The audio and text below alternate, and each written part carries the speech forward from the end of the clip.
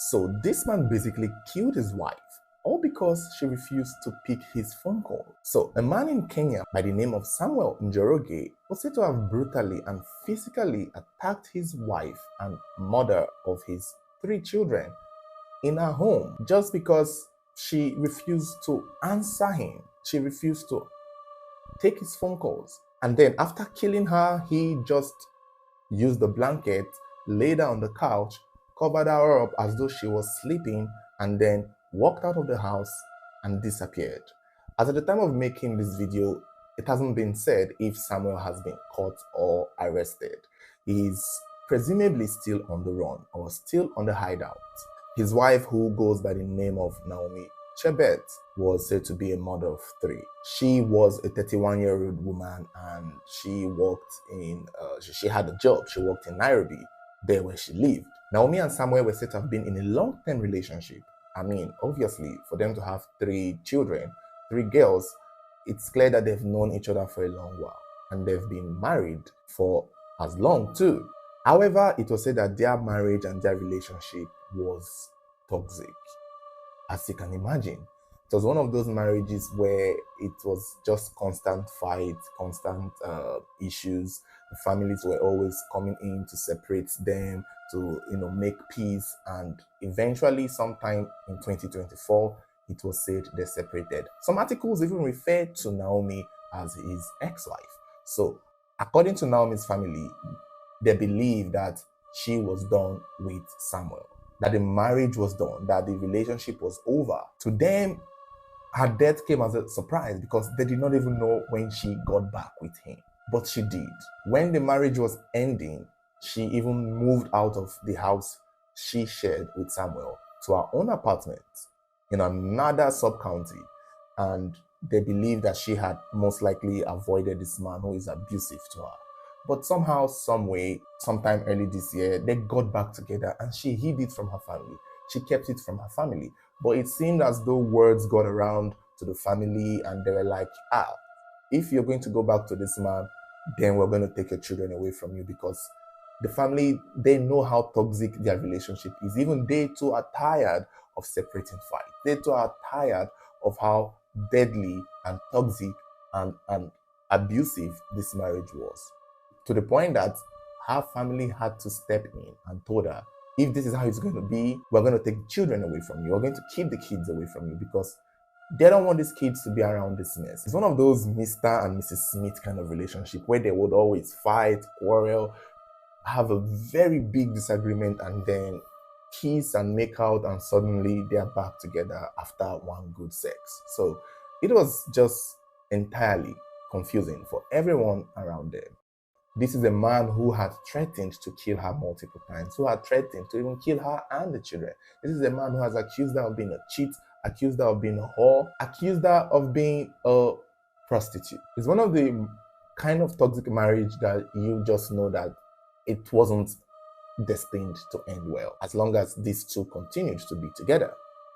And so on the 22nd of March 2025, while Naomi was in her new rented apartment, one she shared with her brother, a young man named Harrison, it was said that on that day, the 22nd, a neighbor saw Naomi and Samuel entering into the apartment together. Apparently, Harrison had gone to work that day. That is, Naomi's brother had gone to work that day, leaving only Naomi in the house. That was the time Samuel came. By this time, it wasn't unusual, pretty much. They know that around this period, Harrison, the brother, already knew that Samuel and Naomi were somewhat back together, because he was coming to visit, he was coming to make amends, coming to, sleep with his wife, basically. And I'm sure he was the one who told the rest of the family members that, oh, this motherfucker is back. So that day he just went to work, that is Harrison. Samuel comes back and is engaging with Naomi. The neighbors who saw them did not see anything odd. They just saw the two of them go inside the apartment. And then after a while, they saw Samuel come out of the apartment in a nose mask, and he just left. It was later in the middle of the night that Harrison came back from his work and got into the apartment. Everything looked normal. He even saw Naomi on the couch, sleeping with a blanket over her. He did not think anything of it. He just thought that she was asleep. And he was tired from work and he went inside. By the time he woke up the next morning, that is when he realized that his sister, Naomi, has been dead all this while, covered in the blanket and positioned to look as though she was asleep. When he took off the blanket, he's trying to wake Naomi up. What's up? Wake up. You've been sleeping for too long. It's morning. That was when he saw a lot of the injuries, wounds all over her body and holes on her head. Harrison quickly called for help, but it was already too late. Maybe if he had noticed it at the night he came back the day before, there would have been a fighting chance. I doubt, though. I'm sure she was most likely already dead. But by the time he called for help and there was nothing they could do, they had to call the police. The police came instantly and an investigation was launched. They spoke to the neighbors and the neighbors snitched quickly. They're like, we saw Samuel, her ex-husband, or her husband she had been separated from, the night before, that he had been the one who had come into the apartment with Naomi. And they saw him leave without her, in a nose mask. When an autopsy was done on Naomi's remains, they discovered that she had been stabbed multiple times at the back of her head. About 4 different stab wounds, along with fractures that may have been as a result of using a hammer on her. They also saw that her eye socket was fractured, which means she was beaten. They also saw finger marks to her throat, which suggests that she was strangled aggressively. And instantly they just knew this is the height of it. Samuel had physically dealt with this young lady. He had beaten her and had killed her. And when they knew they were looking for Samuel, they saw that Samuel had made a post on his Facebook. I couldn't find screenshots of the post. Most likely it had been long deleted. But in one of his posts, he wrote in Swahili, which was translated to be him admitting to actually killing his wife. He said, I killed her because of nonsense. Why is she not answering my calls? Why is she not answering me? And then the second post was, die and leave me alone, you prostitutes. And these were the 2 posts he made that made everyone connected to this case understand that, again, this is back to the toxicity. Did he kill her because she was refusing to take his calls? And we also got to learn something, because if around this period of time they were back together, I would assume things were looking good.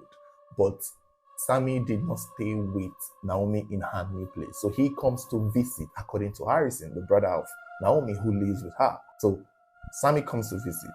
But that day, sources claimed that when Harrison was leaving for work, Naomi was sleeping. It's not clear what she did, but she walked. Samuel worked in a restaurant, pretty much. So I think he had time in his hands. So Naomi was asleep when the brother left, apparently. So there is that chance that Samuel was calling Naomi around that period, trying to get hold of her on the phone call. But she wasn't taking the call because she was sleeping in the afternoon. And I think when he later came to the house, because why is she not picking his call, he most likely suspected her of cheating, because this has been their issues in their previous marriage. This has been the consensus in their marriage all the while, that Naomi was cheating on him. I don't think there are reports that Naomi ever accused him of cheating. He seemed to be the one who is insecure. Obviously, Naomi is a pretty young woman, so I would see where the insecurity would come from. But on that day that she was killed, he just came back, saw her, and was like, you're not picking my call. Are you cheating on me? Who is in this house? Which man did you bring in this house? What is going on here? And I think it may have escalated into what ended up causing her death. But I mean, come on, Harrison, though, if you left your sister sleeping in the couch before you went to work and you came back from work and she's still sleeping in the couch, I mean, you didn't have to wait till the next morning, though. That should have been a red flag. But it's just unfortunate. It didn't have to escalate to this point. My thing is, again, we've seen too many domestic violence stories where the victims are always going back to their abusers. And I think that is where Naomi may have made a big mistake. When she moved, she should have kept the distance for a while. But again, Once a child or once children are involved, it's usually difficult to stay away from your abuser because now they have the leverage of seeing you through the children. They have the leverage of trying to get to you through the kids. If they were both without kids, it would have been easier for her and for him to just get on with their life. But this is a man that wants to control every bit of this woman and hates the fact that he can't because he's incapacitated to do so. So usually it ends up like this. At this point, we've seen way too many stories that is so similar, and it's like I am even tired. It's almost like when I heard this story, I was like, why does it sound familiar? Why does it even sound like I've heard it before? And it turned out that there was it a Kenyan story or a Tanzanian story where the same thing happened to a young woman that was shot and killed by the husband because she did not take his phone calls. And when you even search for Samuel Njoroge on Google, you'll find out that there was a Samuel Njoroge who killed his wife last year in 2024 and was arrested and sentenced to death. Okay, he killed his wife in 2018 but was sentenced to death or sentenced to life or to 30 years in 2024. So it sounded like it's the whole history of Samuel Njoroge killing their wives. I'm sure there's a Samuel Njoroge right now being born, waiting to grow up, get married, and kill his own wife because it's exhausting.